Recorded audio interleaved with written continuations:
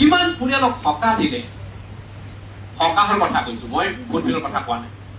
এই 1250 টকীয়া কিমানটো পৰিয়াললৈ প্ৰেৰণা দিলে, সেই পৰিয়ালৰ সেই মানুহখিনিৰ সেই যে আত্মাৰ শান্তিৰ যিটো আশীৰ্বাদটো আমি পাম নে নাপাম?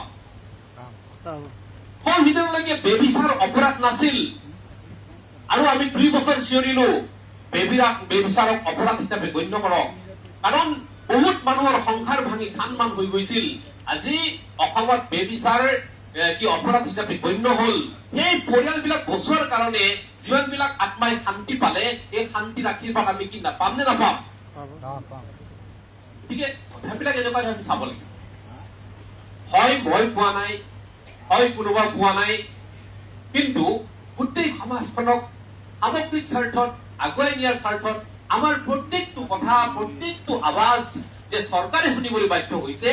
আমিতো কওঁ একদিন ইউএনঅ যিটো ইউনাইটেড নেশ্যন অৰ্গেনাইজেশ্যন আছে, আমি গভৰ্ণমেণ্ট বনাবৰ কাৰণে গৈছো।